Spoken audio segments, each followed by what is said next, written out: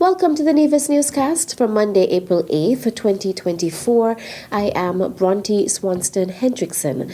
Leader of the opposition in the National Assembly of St. Kitts and Nevis, the Honourable Mark Brantley, issues a statement on Sunday, April 7th, 2024, on the recent homicides. The statement reads, "This morning, our nation woke to the tragic news that two persons had lost their lives to violence overnight. That brings the total number of lives lost to violence for the year thus far to 8. The opposition leader says his prayers are extended to the bereaved families and to our St. Kitts and Nevis community at home and in the diaspora. Minister Brantley says he believes that the time has come for the government to accept that it cannot fight crime alone.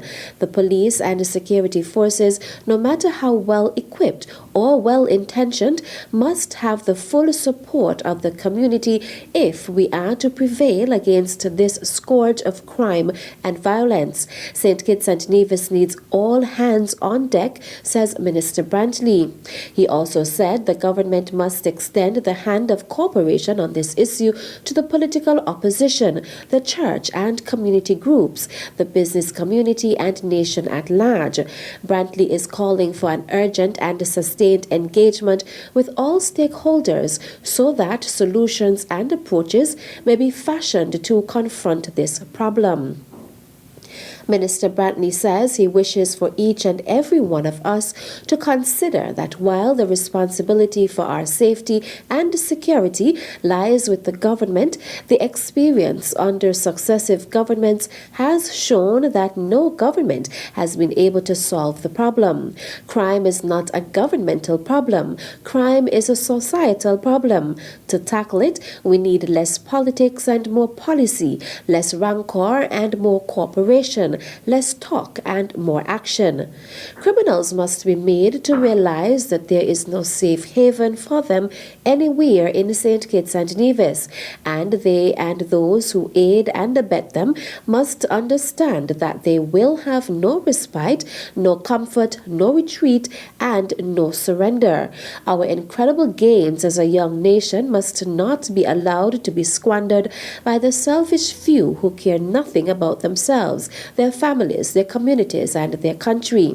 On this issue of crime, we are faced not with the fierce urgency of now, but the fierce urgency of yesterday. Let us roll up our sleeves, put our minds and hearts together, bring our immense intellectual capacity to bear, and finally solve this problem." The opposition leader says his prayers are with our nation and urges all who have information to contact our security forces.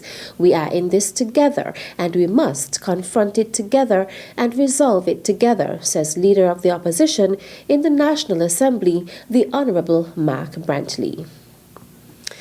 The Ministry and the Department of Agriculture on Nevis are donating 28 plants to the island of Anguilla for its Plant a Tree Day initiative on April 20th, 2024. The plants that we are sending to Anguilla, we will be sending 5 breadfruit, 5 avocado, 5 soursop, 3 cashew, and 10 mango plants.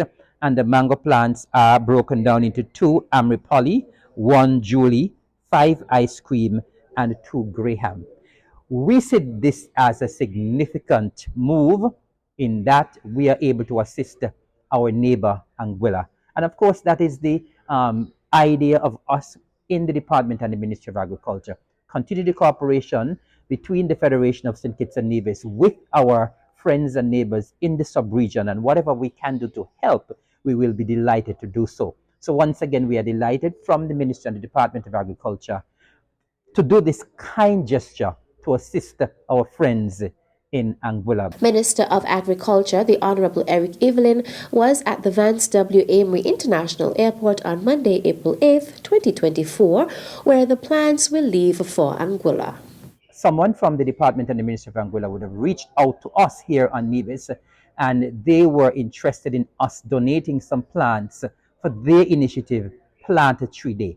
Of course, we were delighted to take this initiative to assist, and as I said, to continue the excellent cooperation that we have between us and Anguilla. And so we have kindly donated 28 plants that will be shipped from here to Anguilla that they will use for their Plant a Tree initiative. Minister of Agriculture, the Honorable Eric Evelyn. The following is a notice from the Nevis Water Department regarding the interruption in the water supply. The Nevis Water Department has implemented a water management schedule for the following in the St. John's, St. George's, and St. James's Parish starting Monday, April 8th, 2024 until further notice. The interruption in service will be between the hours of 8 p.m. to 5 a.m. daily. Areas nearby may also be affected by the interruption as well as experience low water pressure.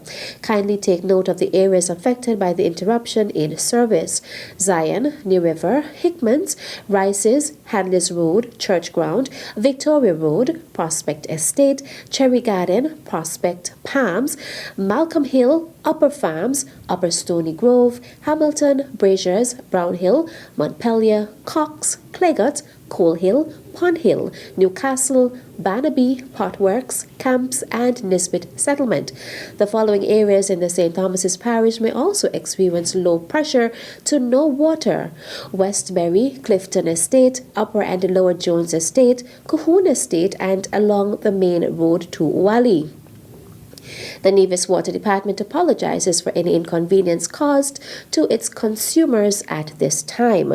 Persons are urged to exercise all water conservation practices, including using recycled water for lawns and monitoring domestic water use in their homes, which includes taking baths, brushing teeth, washing dishes, clothes, and vehicles.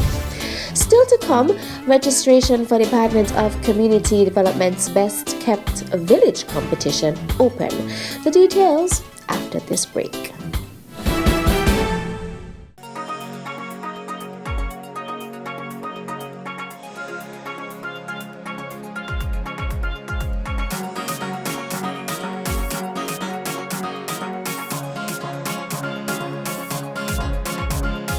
Celebrating culture, embracing our history.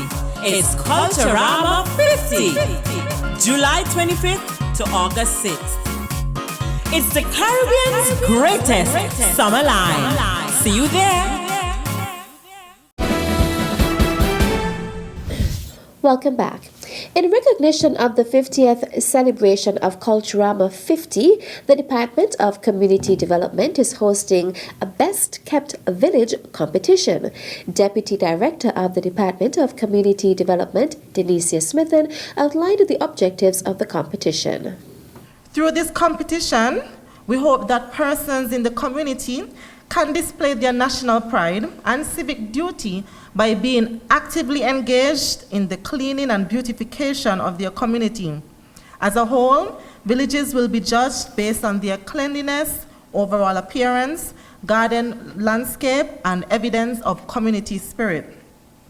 Our main objectives are as follows: to foster national pride, social cohesion, and community spirit through healthy competition and social collaboration, to empower communities by encouraging community members to enhance and beautify their surroundings, to foster community tourism by attracting locals, returning nationals, and tourists to the local shops, restaurants, therefore boosting economic activity in the various communities, to edify and beautify the island of Nevis for C50's homecoming celebrations so that returning nationals and visitors alike will be embraced with a warm, clean, beautiful embrace. Smithen also outlined the criteria for the competition. Overall cleanliness and tidiness of the village, 30 points. Architecture and appearance, 20 points. Garden landscape, 20 points. Private property, 20 points. Community goal participation, 10 points. Smithen was speaking at the launch of the competition, which was held on Wednesday, March 27th at the Jessup's Community Center. Registration is currently open for community organizations, registered and non-registered, youth groups, church groups, sporting and cultural organizations. Judging for the competition will take place on Monday, July 1st to Tuesday, July 9th, 2024. Forms are available at the Department and Ministry of Social Empowerment. For further information, contact the department at 469-5521, extension 2184, 2185, or 6465. Meantime, the competition will be broken down into two categories, small and large village. Per our requirements, a small village will be considered as having a population of around 99 people or less, or under 100 persons. There are small communities in rural areas without any extended sub-villages attached to them. A small village may also have at least one or two communal buildings, such as churches or community centers. In contrast, a large village will have a larger population with over 100 persons. A large village will generally include several sub-villages, or may not, and other associated buildings or areas, such as 2 or 3 churches, community centers, health center, a playground, a gas station. Additionally, in a large village, people may have access to a central shopping district or maybe a cluster of shops from the area. Deputy Director of the Department of Community Development, Denicia Smithen, speaking about the newly launched Best Kept Village competition. Smithen also mentioned how persons can register. Participation is open to all community organizations, registered or non-registered, youth groups, church groups, sporting or cultural organizations. Even if you are an informal group who meets, you can still take part in the competition, but we will encourage you, we at the Department of Community Development will encourage you to register. There will be 2 winners for the competition, 1 in each category. Individuals or groups can apply for duty-free concessions through the Ministry of Finance's Culturama 50 Island Enhancement Incentive Program. Groups who may need any sort of assistance, we are asking that you possess a bank account from a recognized bank with at least 2 authorizing signatures. Groups must provide proof of community participation via video or photo compilation. Judging will be held from Monday, July 1st to Tuesday, July 9th, 2024. And the winners will be given the titles of Best Kept Large Village and Best Kept Small Village. So there are 2 categories, so you can either win Best Kept Large Village or Best Kept Small Village. Deputy Director of the Department of Community Development, Denicia Smithen.